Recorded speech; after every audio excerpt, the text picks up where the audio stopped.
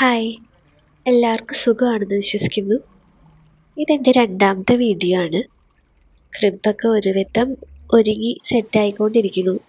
കുറച്ച് വീടുകളും കൂടെ പെയിൻറ്റിങ്ങൊക്കെ ബാക്കിയുണ്ട്.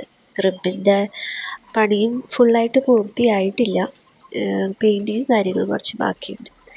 ഇന്ന് ഞാൻ ഈ വീഡിയോയിൽ ഷെയർ ചെയ്യാൻ പോകുന്നത് ഈ കാണുന്ന അക്വേറിയം എങ്ങനെ ഒന്ന് സെറ്റപ്പാക്കി എടുക്കാം എന്നാണ്.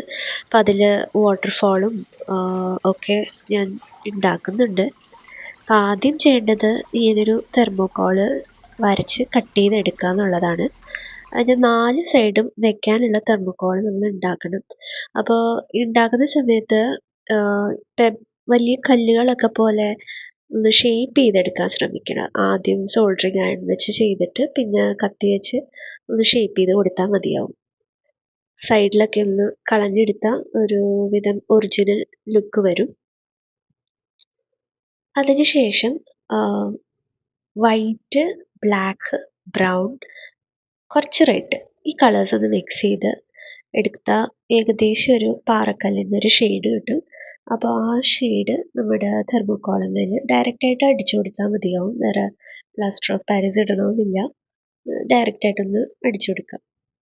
അതിനുശേഷം ഒരു ലൈറ്റ് പച്ച നിറം കൊടുക്കുന്നത് നല്ലതായിരിക്കും. കാരണം അണ്ടർ വാട്ടർ ആണല്ലോ, അപ്പോൾ ഒരിത്തിരി പച്ച കളർ കൊടുത്താൽ കുറച്ചുകൂടി ഒരു ലുക്ക് വരും.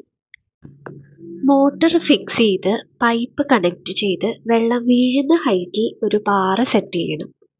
കുറച്ച് വെള്ളക്കല്ലൊക്കെ നിരത്തിയിടുക. പുറകിൽ ഞാൻ നേരത്തെ വരച്ച് വെച്ചിട്ടുള്ള ഒരു പിക്ചറാണ്.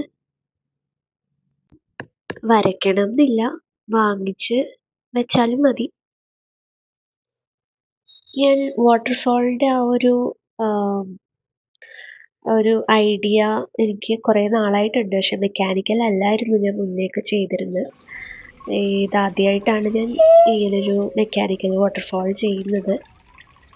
അപ്പോൾ ഇത് ഒഴുകി വരുന്ന ആ ഒരു കട്ട തെർമോക്കോൾ തന്നെയാണ്. പക്ഷെ അതിന് മുകളിൽ കൂടെ ഞാൻ കുറച്ച് സിമെൻ്റൊക്കെ പൂശി സെറ്റ് ചെയ്തതിന് ശേഷമാണ് ആ ഒരു വാട്ടർഫാൾ ബേസ് കൊടുത്തേക്കുന്നത്. ഇതിന് മുകളിലായിട്ടുള്ള ഫോർട്ട് ഞാൻ മുന്നേ ഒരു വീഡിയോയിൽ ചെയ്യുന്നത് കാണിച്ചിട്ടുണ്ട്. പിന്നെ ഈ ഫ്രണ്ടിലുള്ള പാലം കൂടെ ഒന്ന് കൊടുത്തു കഴിയുമ്പോൾ നമ്മുടെ ആ സിമെൻറ്റിൻ്റെ ആ കട്ട ഒന്ന് മറിഞ്ഞു കിട്ടും.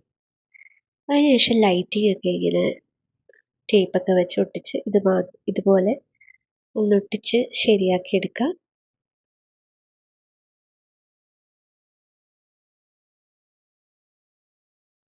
ഇതാണ് അതിൻ്റെ ഫൈനൽ ലുക്ക്.